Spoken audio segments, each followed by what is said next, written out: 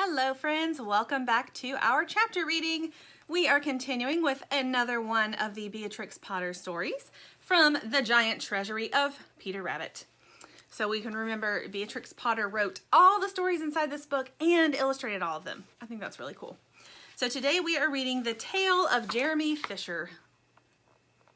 Looks to me like he is a frog. Once upon a time, there was a frog called Jeremy Fisher.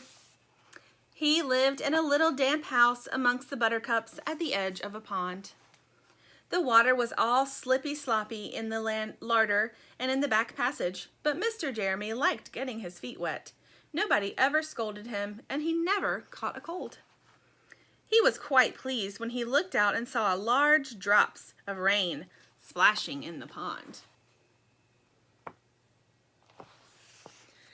"I will get some worms and go fishing and catch a dish of minnows for my dinner," said Mr. Jeremy Fisher. "If I catch more than 5 fish, I will invite my friends, Mr. Alderman Ptolemy Tortoise and Sir Isaac Newton. The alderman, however, eats salad." Mr. Jeremy put on a mackintosh and a pair of shiny galoshes. He took his rod and basket and set off with the enormous hops to the place where he kept his boat. The boat was round and green and very like the other lily leaves. It was tied to a water plant in the middle of the pond.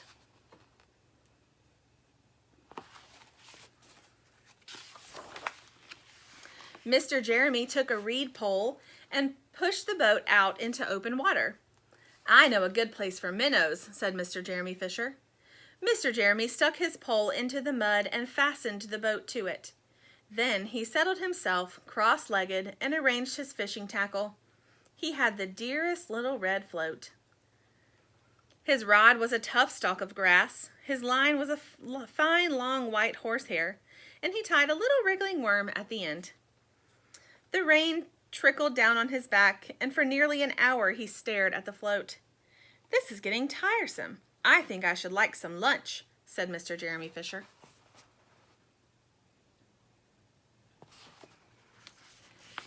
He punted back again amongst the water plants and took some lunch out of his basket.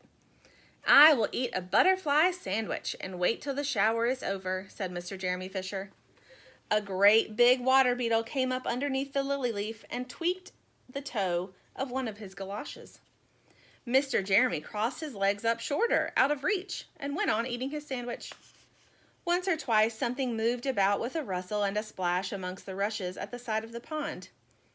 "I trust that is not a rat," said Mr. Jeremy Fisher. "I think I had better get away from here."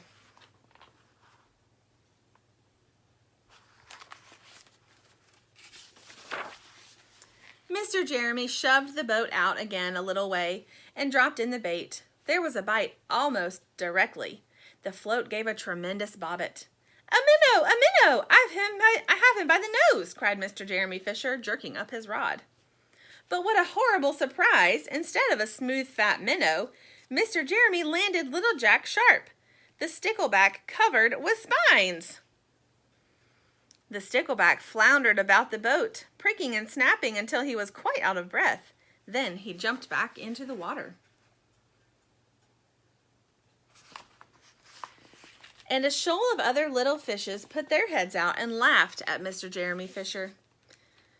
And while Jeremy sat disconsolately on the edge of his boat, sucking his sore fingers and peering down into the water, a much worse thing happened. A really frightful thing it would have been if Mr. Jeremy had not been wearing a mackintosh. A great, big, enormous trout came up, curved flop, flop, flop, flop, with a splash, and it seized Mr. Jeremy with a snap. "Ow, ow, ow!" And then it turned and dived down to the bottom of the pond. Uh-oh. But the trout was so displeased with the taste of the mackintosh that in less than half a minute it spat out him again. And the only thing it swallowed was Mr. Jeremy's galoshes. Mr. Jeremy bounced up to the surface of the water like a cork in the bubbles out of a soda bottle, and he swam with all his might to the edge of the pond. He scrambled out on the first bank he came to, and he hopped home across the meadow with his mackintosh all in tatters.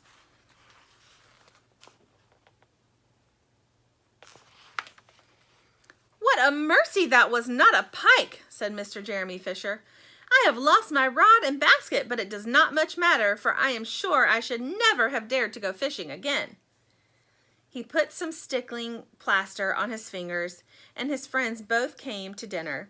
He could not offer them fish, but he had something else in his larder. Sir Isaac Newton wore his black and gold waistcoat.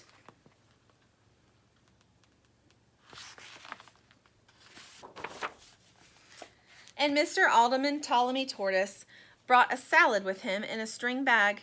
And instead of a nice dish of minnows, they had a roasted grasshopper with ladybird sauce, which frogs consider a beautiful treat. But I think it must have been nasty. Ugh, doesn't sound very yummy to me, does it? The end.